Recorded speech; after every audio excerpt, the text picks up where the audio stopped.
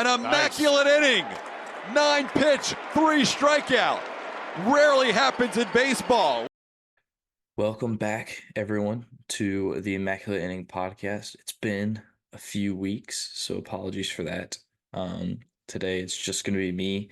There may be a little bonus content from Shane later in the week, potentially, but Keenan and Shane are busy tonight. Shane's on the way back from Bowling Springs, North Carolina.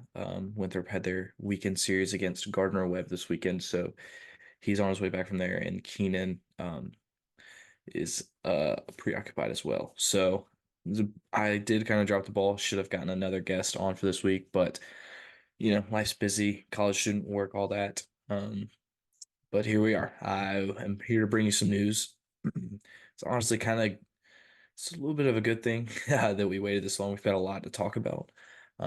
So hopefully I can bring this to you in a effective, time efficient manner. So yeah, we're just gonna head right into it. A lot of the MLB rosters are starting to get um, solidified. Wyatt Langford has made the Rangers opening day roster. Jackson Holliday, unfortunately, has not. He just got sent down to minors the other day. Colton Cowser made the Orioles opening day roster. Jackson Chirinos with the Brewers made their opening day roster. Um, let's see. I'm trying to. I believe that's all the notable guys. Some of those top prospects that we were looking at, that a lot of people are looking at to be really good and really effective. Those guys are now being called up, which is great in my. Hmm, sorry, my Google just quit on me. All right, I've got to pull back up. Sorry for that. So yeah, those guys are going to be making a large impact. I'm a little bummed not to see Jackson Holliday make the opening day roster for the Orioles, but I think we will get to see him this season. So that's exciting. Um, Big news. A lot has happened. First, we'll get into Blake Snell. So March 19th, about a week ago, or 5 days ago, he signed a 2-year deal with the Giants. Excuse me, worth $62 million with an opt out after the first year. He'll make 15 millions this year, plus a 17 million signing bonus, and then 30 million in 2025 with 15 million of that being deferred until 2027. So very interesting. My thoughts are I'm a fan of it. I know I've kind of given him, you know, I'm not the biggest Blake Snell guy. I think the efficiency, sorry, I should not, that's the wrong word. The effectiveness that you get from him is a is sacrificed with a large lack of efficiency. I think the walks and mainly the walks, really, if his stuff starts to deteriorate as he gets older, if his stuff starts to lose, if he doesn't command it quite as well as he's been able to, those contact numbers are going to go up. The hits are going to go up. Um, and when you're walking a bunch of guys and then you give up hits, that equals runs. My high school coach always said the high school level, 90% of 2-out walks score. And then it's like 75% in college. And then pro is probably closer to 50 or 60. But still, 2-out walks are killer. And I'm not saying like Snell is out here just giving out free passes every time he's got 2 outs. But the point of that is walks are killer. And you've got to be able to effectively locate your pitches if you're going to be a guy that lives off the strikeout as Snell does. That being said, there was not a lot of people left. The Giants have swung and missed a lot of big free agents in previous years, and we talked about me and Keenan, I believe it was, talked about the Matt Chapman signing, and how that's they got him on a steal, and same thing here with Snell. The Giants were able to use the lack of interest in Snell to their advantage, and they got a good pitcher who is capable of being a Cy Young winner, being an all-star, being an ace of a rotation when he's effective and limiting contact. They got him for 2 years, 60 million, like 17 million this year with a signing bonus and then 30 million next year with 15 million of that being deferred. Excuse me. Like that's pretty good. A team that a lot of people are kind of counting out in the NL West. They can't get guys. They missed out on Shohei, missed out on Yamamoto, missed out on Judge. Those are kind of the recent memory ones. Missed out on Harper back a couple years ago. Like missed out on Turner, missed out on Correa. Well, the Correa thing was more um they're choosing than anything, but the missed out on JD Martinez. JD Martinez declined an offer there, which he ended up. I'll talk about that in a second as well. So they've missed out on all these guys, and they turn around and they get to a platinum glove defensive third baseman who can potentially hit, and then they get a two-time Cy Young winner. Although, he does have in between those two Cy Youngs some pretty rough and unhealthy years. Um, so they did what they could. They didn't break the bank. I feel like they got good deals on both of them, and I think that they will compete in the NL West. I think the NL West is very interesting and is going to be very interesting. I like the Dodgers and I like the Diamondbacks, and the Padres and Giants intrigue me. I think they could surprise a lot of people. And excuse me. And and push for that top spot, second spot, depending on how they play. Um, so definitely very interesting. And I think an overall positive move for the Giants. So speaking of the NL West, they have been busy. And when I say that the NL West is getting more and more interesting, this has to deal with it. Excuse me, guys. I am apparently really tired now all of a sudden. Um, the Padres traded for Dylan Cease. They received right-handed pitcher Drew Thorpe, an MLB pipeline number 85 prospect, San Diego's number 5, outfielder Samuel Zavala, sorry if I don't pronounce that correctly, San Diego's number 7, and then right-handed pitcher Jaro Urete, San Diego's number 8 prospect, and right-handed pitcher Steven Wilson. So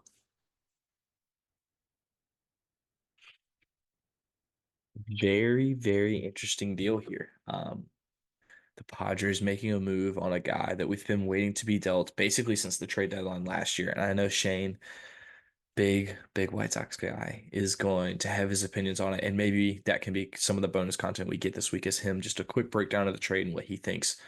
But um, to only give up one top 100 prospect, I think is pretty good. Um, they let's see, I'm gonna look up the stats of these guys real fast. If I could stop yawning, that would be great. So we're gonna look up Drew Thorpe first. Here we go, right here. So minor league stats. So let's see. So he is 23. Let's see, when was he drafted? He was drafted in 2022 by the Yankees in the second round from Cal Poly. Um, so in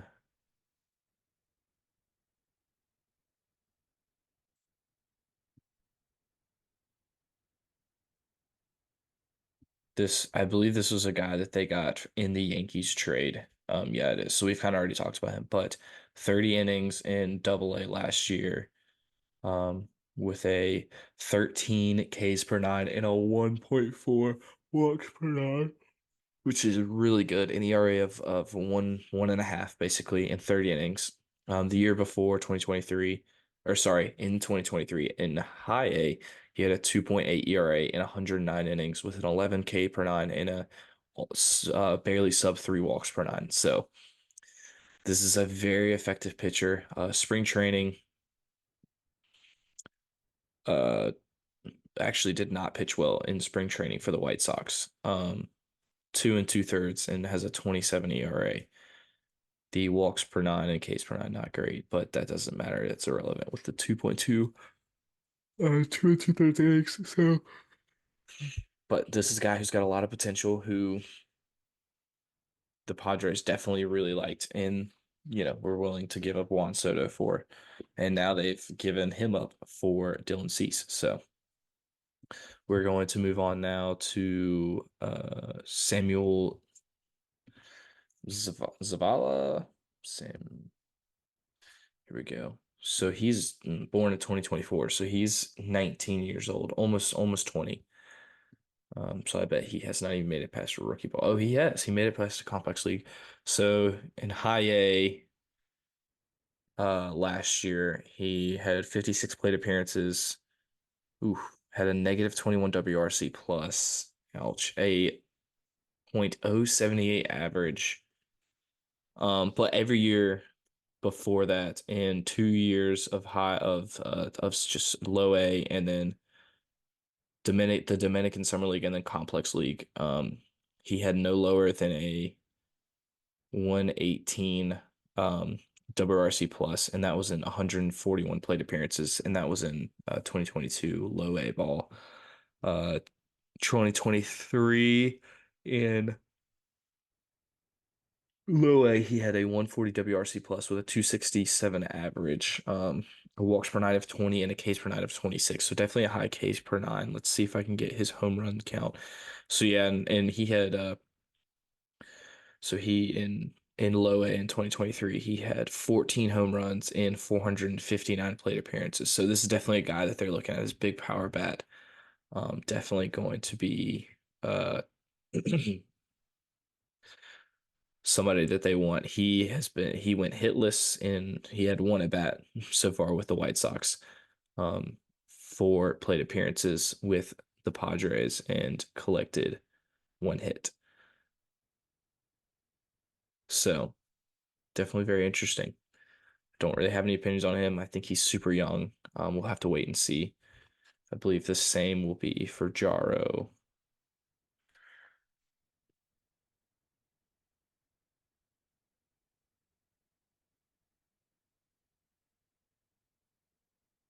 Okay, so he is 22 years old. So in high A last year, 61 innings, had an ERA of 3.10, a Ks per nine of 11.3, a walks per nine of 4. So definitely, not bad. Pretty good numbers, 29 in the third innings, double A in 2023, a 4.3 ERA, a Ks per nine of 15, and a walks per nine of 5. So this is maybe a guy that's potentially going to project as a bullpen guy, just with seems to be a high strikeout, high walk guy. Definitely has really good stuff. Um, Definitely another kind of wait and see guy. But I'm a big fan, and we'll look up Steven Wilson too real fast. Um,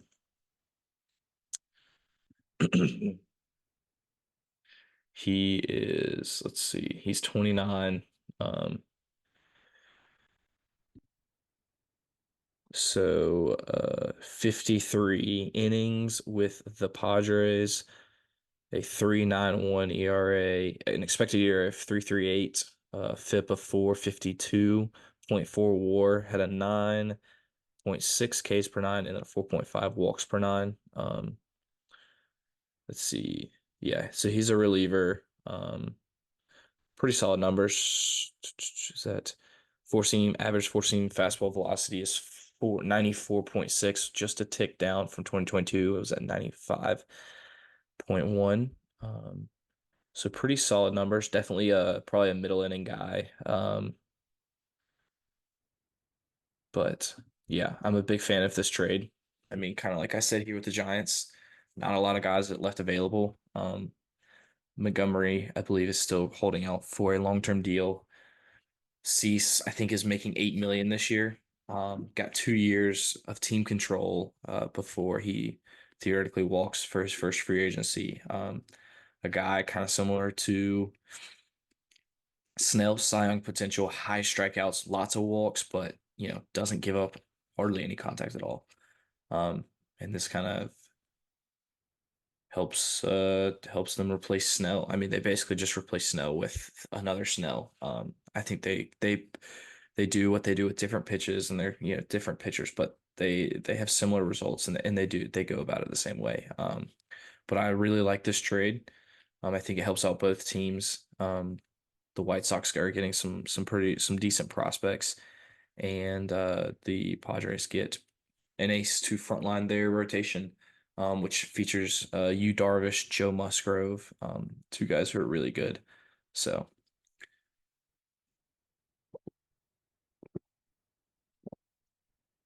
I'm a big fan. I think this is a good move for the Padres. So the Seoul series kicked off this past week. 2 games in Seoul, South Korea. The Dodgers versus the Padres. Electric, electric atmosphere. Some really two really good games. The series ended up, and these were regular season games. These weren't spring training. These were regular season games. So that was technically opening day, but not really. But the Dodgers won game one. Actually, I should have already had this pulled up, but I did not. The Dodgers won game one. Ooh, okay, so it was Wednesday. Yes, so the Dodgers won game one 5-2. It was tied. Actually, the Padres were ahead going into the eighth inning. They were up 2-1. Um, uh, let's see. Sorry, I should have already had these pulled up. Darvish pitched 2 and 2/3, 3 walks, 3 Ks, 2 hits, no runs. Well, no earned runs, one unearned. Cosgrove came in 2/3, 1 hit, no runs. De Los Santos, 1 hit or 1 inning, 1 K. And then some other guys came in and kind of finished the game. They threw a lot of guys, the Padres did. Glasnow, 5 innings, 2 hits, 2 earned runs, 4 walks, 3 Ks. And then some other guys came in towards the end that are I won't men- I will not go through like I just did with the Padres. I should not have done that. But Glasnow, pretty good. The 4 walks is definitely a little concerning. But yeah, so the Padres were ahead going into the eighth inning. A ball gets hit, 1 out, hmm, runners on first, and let's see.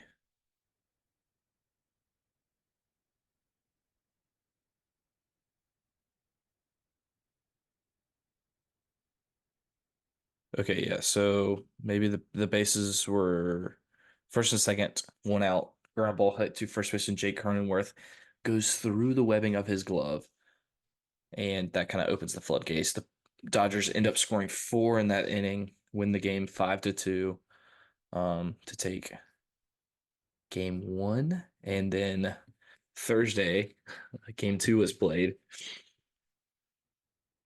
15-11 was the final score in favor of the Padres. Yamamoto, this was his Yoshinobu Yamamoto, his opening day for him, his first start of the year in America, which was funny enough in South Korea. Not great. 1 inning, 5 earned runs, 1 walk, 2 Ks, 4 hits. Um, his issue here was command. He's got really good stuff, but the fastball and splitter really were not put in competitive places. Threw a couple nice cutters, but really just didn't have the command that you want him to have. Joe Musgrove also did not pitch very well either. 2 and 2/3, 7 hits, 5 runs, 2 walks, and 2 Ks. Uh, Michael King, a guy that they brought in from New York to pitch, who I thought was going to be in the rotation, came in relief, which I guess this makes sense because it was a 2 game set a week before the official like the rest of the team's opening day. Um, three and a third, four hits, three earned runs, three walks, five Ks. Um, so not great all around by some guys that you're looking to kind of frontline these rotations, some top of the rotation guys. It'll be interesting to see what role King kind of fits into with the Padres. I was under the impression he was coming in to be a starter. I think he is. I think this is just a get him some innings, get him some work type thing. But so this series was split, some exciting games, some a little bit closer, low scoring game, and then basically a shootout. Betts hit a home run in that second game. Machado hit a nuke. I mean, it was just it was a really good series. Definitely a very cool way to open the season in South Korea. So thank you for that. Now we're gonna move on to a little signing extension that happened today. Um, Ezekiel Tovar of the Colorado Rockies, shortstop, who was a rookie, signed a 7-year extension with the Rockies. It's worth 63.5 million, and with a 2023 club option, which can bump the deal up to 84 million. Um, so this is very interesting.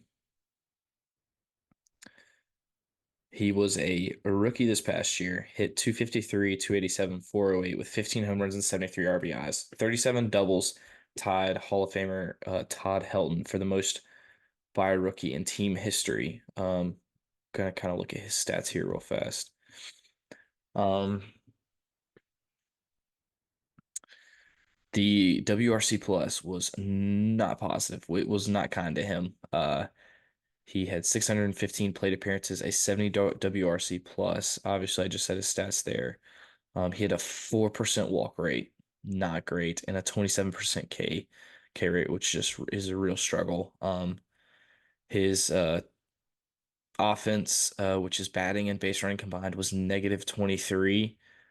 Um, but his defense graded out on Fangraphs to be 18.4. He was a rookie. Let's see. He was one of the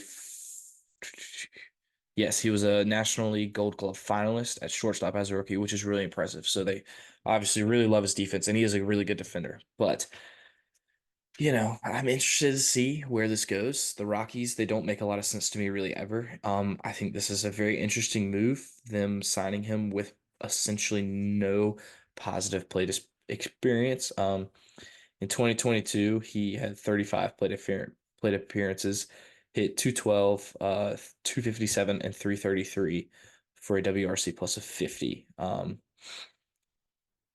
So obviously he has struggled. He has had 3 seasons in the minors, one of which was rookie ball, below, but all have been below 100 WRC plus, 94 in rookie ball, low A. So the rookie ball was 86 plate appearances, 243 in low A, with an 80 WRC plus, a 74 WRC plus in high A in 2021, and then double A and triple A the 2022. Well, we're pretty good. 153 and then 120. And then 2022 in the major leagues, he had a 50 WRC plus, as I just said. So this is definitely an interesting deal. I think this is a guy that they definitely see as their everyday shortstop. Obviously, they wouldn't be making this deal if they didn't. Great defensive player. The offense, hopefully, I think they're hoping will come. Playing in cores will help that. That thin air really helps that ball fly. But I mean, I guess I don't hate it. You want to lock these guys up. You want to lock up your young franchise guys, but I don't really see this guy as a franchise guy. The defense is awesome, great player.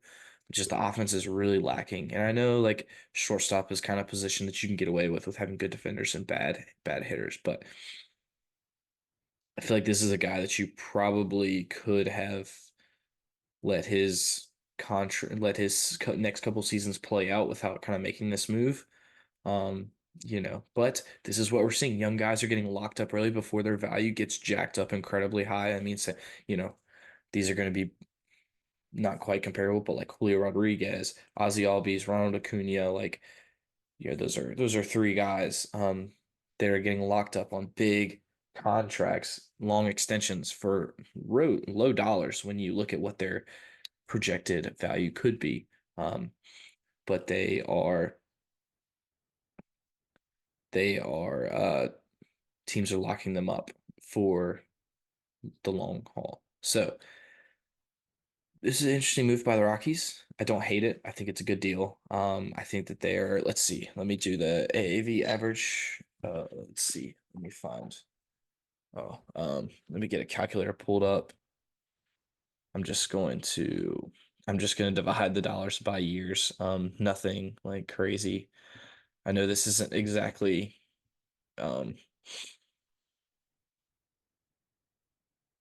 exactly how this deal is constructed. But I'm just interested to see. So 9 million a year. I'd take that. That's a solid deal. That's a good solid veteran. Um, I feel like that's wrong. Yeah, it's because I just divided 63 and a half by seven. That's not right. So 63. Oh, shucks. Hold up. Give me 1 second. Um, sorry. Math is not my strong suit.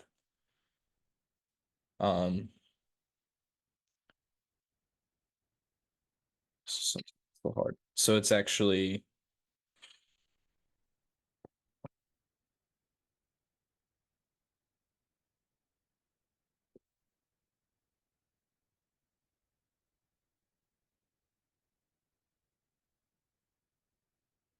that's not right either.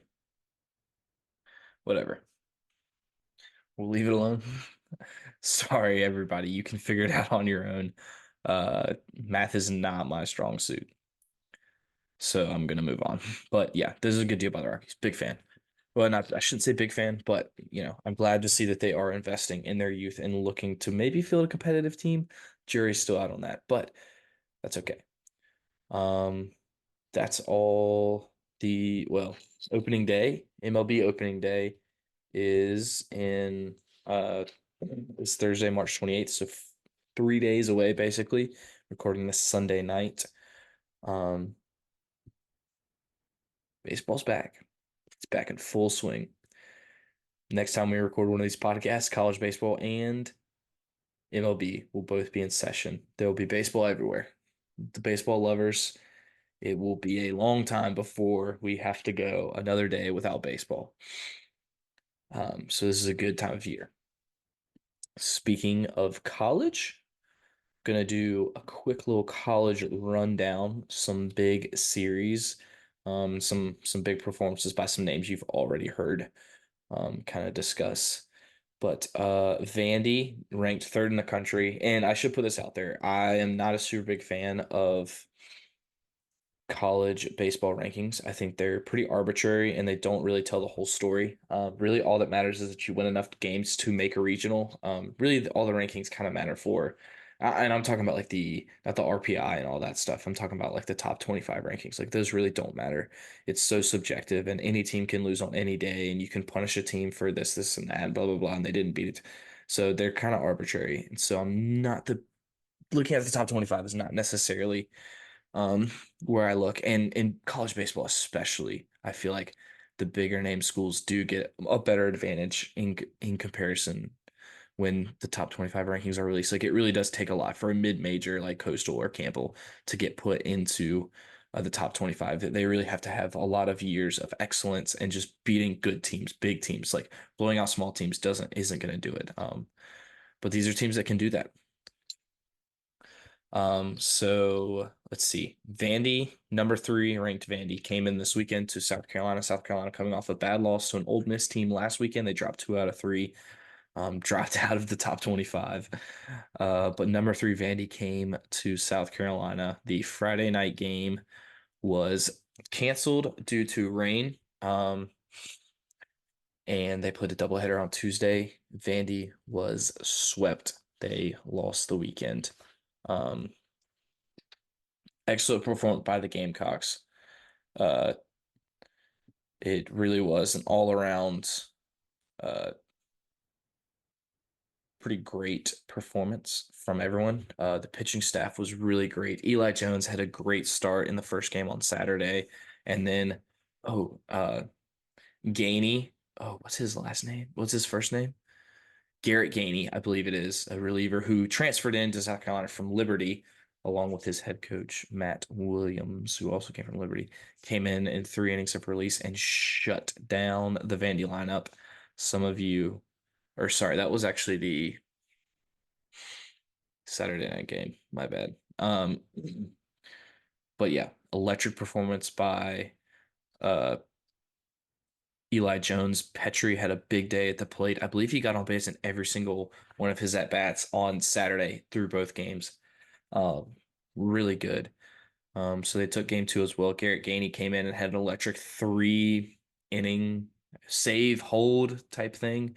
Um, looked really, really good. And then today, Sunday, this afternoon, Tyler Pitzer, I believe is how you pronounce it. It's Pitzer, freshman, who I am a big fan of. His stuff really great. He's thrown some really good innings out of relief for us, has looked really good. And I think that he will be in the weekend rotation next year. Well, that's what I was saying before this weekend. Gets the start today, goes, 6 1/3, 9 strikeouts, 2 hits, 3 hits maybe, like 1 walk. I mean, just dominant performance. Great stuff from the freshman against a really good Vandy lineup that was very hot. I will not give all these series this in-depth of a breakdown. It's just I'm a big South Carolina Gamecocks fan, watched a lot of South Carolina Gamecocks baseball, as you guys know.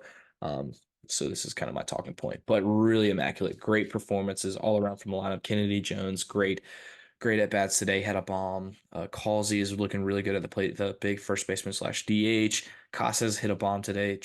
Gavin Casas is Tristan Casas' little brother, plays at South Carolina. Hit a bomb. So great series for the Gamecocks. Vandy, the defense looked really rough this weekend. They had several really ugly errors. So that's a point of concern for them. But I think they're a really good team, and you should watch out for them. Because they can flip it on at any time, and they have shown that year in and year out for like the past like 10 years. So props to the Gamecocks for getting a much needed sweep. All right, Alabama was at Georgia this week. Alabama has been a pretty good team this year. A lot of people like them. They got swept by a Georgia team that a lot of people were clamoring to be put in the top 25 a couple weeks ago, then got swept by a not great Kentucky team, kind of put that to rest, and then they come storming back. Uh, just electric performances. Charlie Congdon, you guys know who he is. He's on every draft board right now. He's been lighting the country on fire. Has a big weekend, and they have a dominant performance against a good Alabama team, um, and sweep them. I didn't watch a lot of these games. I've seen a few highlights and stuff, so I'm not really going to speak too much on it because I don't really know everything. But man, what a convincing win for Georgia, and at the perfect time too. Second SEC play, SEC matchup for them against a good team, and they get a big win. FSU undefeated going into this weekend at Clemson. No longer. The FSU lineup has been killing people all year. They've been clamoring for the attention that they deserve. They finally get it. They enter the rankings at like 12. They were unranked going into like this past ranking cycle. Unranked, they enter at 12, which is almost absurd. They beat Florida in a midweek game. They beat Miami. They've beaten some good teams. They were undefeated. They go to number 4, Clemson. I think Clemson is a little overrated. But I'll get into that. And they get swept. They had leads in all 3 games. They were up 4-0 game one. They were up 10-2 in game two. And then game three, they were up 8-1. And they end up losing all 3 games. The bullpen is a massive question mark down in Tallahassee.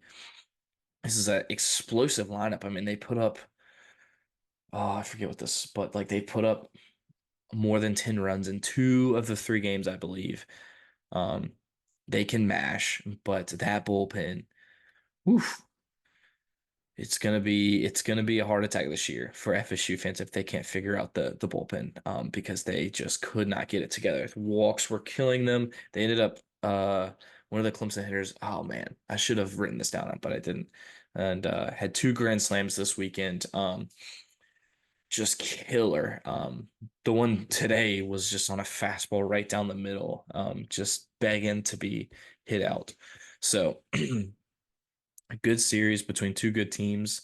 FSU, it really stings to not be able to pull out a series win. And it especially hurts that you had a lead in all three games and end up getting swept.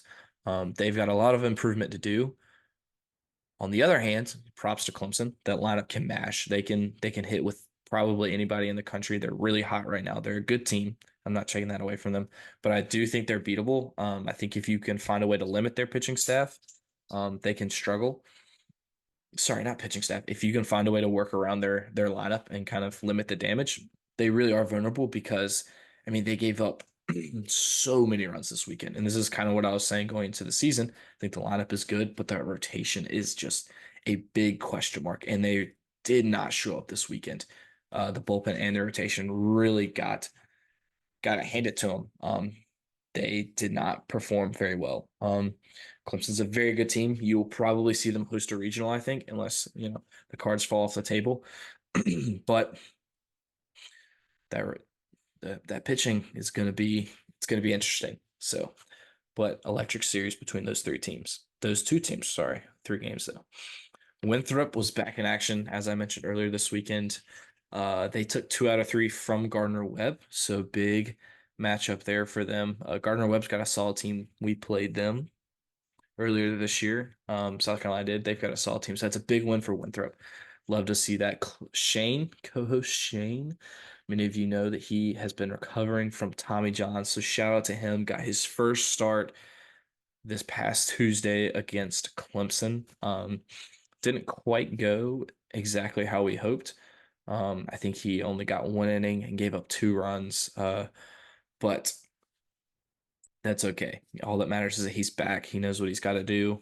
He's working hard and he's fighting to get back and be more consistent. So props to him for getting out there. I mean, I mean, your first start coming out of rehab is against, a top 5, top 10 team in the country. It definitely lineup wise. That's just tough. And only giving up 2 runs is really good for a guy who has not pitched in a college game yet. So extremely proud of him. Continue to show him love and we'll definitely continue to follow his career here. And we love having him on. So thank you, Shane. Congrats. We're all so proud of you and so happy for you. Moving on, Florida and LSU, the rematch of the 2023 College World Series, and man, was it electric! It was in LSU in the box, and LSU takes game 1. Florida comes back. It takes game 2, leaving game 3 Cags Day, as many so affectionately call it down in Gainesville. Just an electric day. Very, very chippy game. Lots of words. Jake Cag oh shoot, how do you say his full last name? I cannot remember. It's kind of hard to pronounce, but gives up a bomb early in the game. Guy, I don't even know who it is. Not one of LSU's. Well, yeah. Cags gives up a bomb. Guy rounding first has a lot to say to the first baseman. Stuff to say to Caglionic. Both teams get a warning. Cags comes off the mound. I believe it's in the 5th or 6th, strikes the guy out, has some words to say. Jay Johnson, coach of the LSU Tigers, does not like that he is not ejected because they had just previously gotten a warning. At this point, Florida's up 6-2, 4-2. Johnson ends up getting ejected later.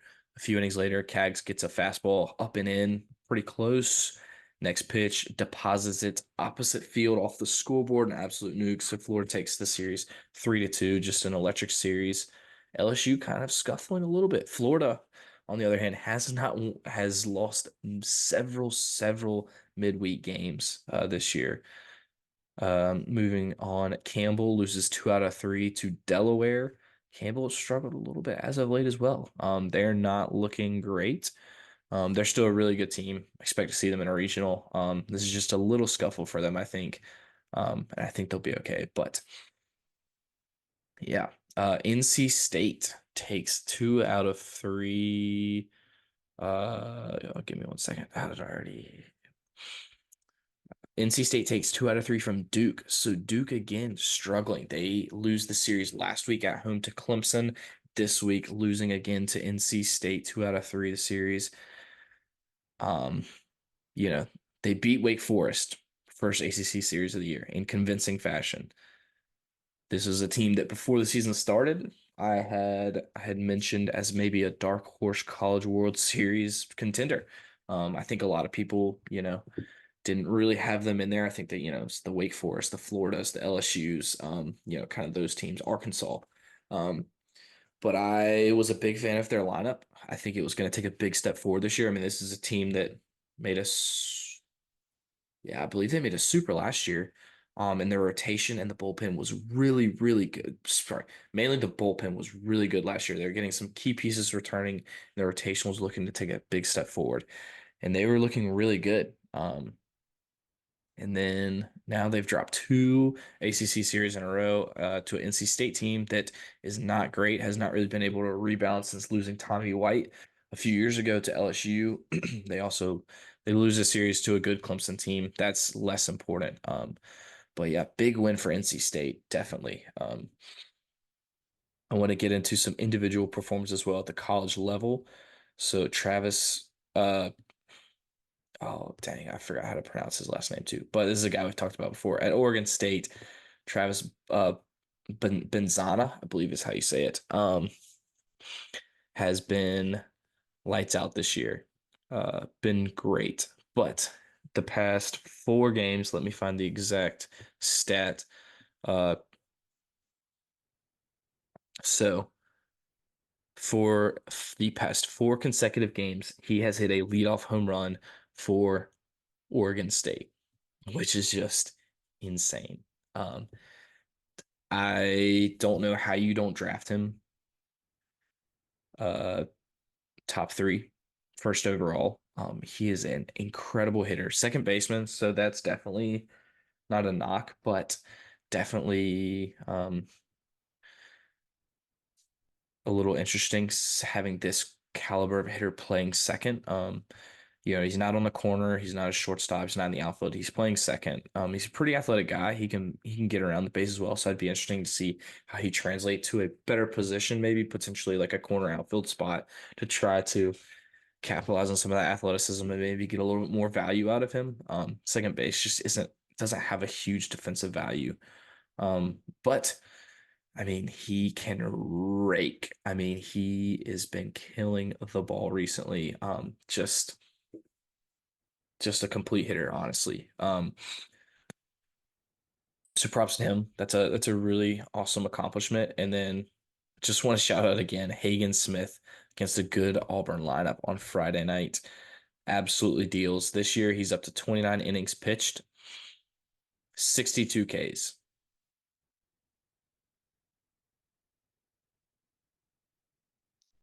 Just want to leave you there with that for a second. 29 innings pitched, 62 Ks. That's a Ks per nine of 19.2. He has a whip of 0.724 and a 1.24 ERA.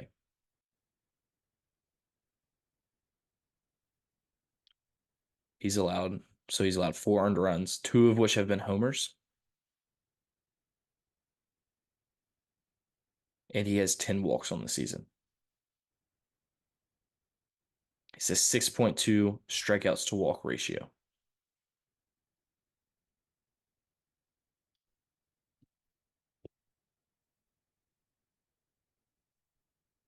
Just lights out. And that's all you can say. He is nasty. He is disgusting.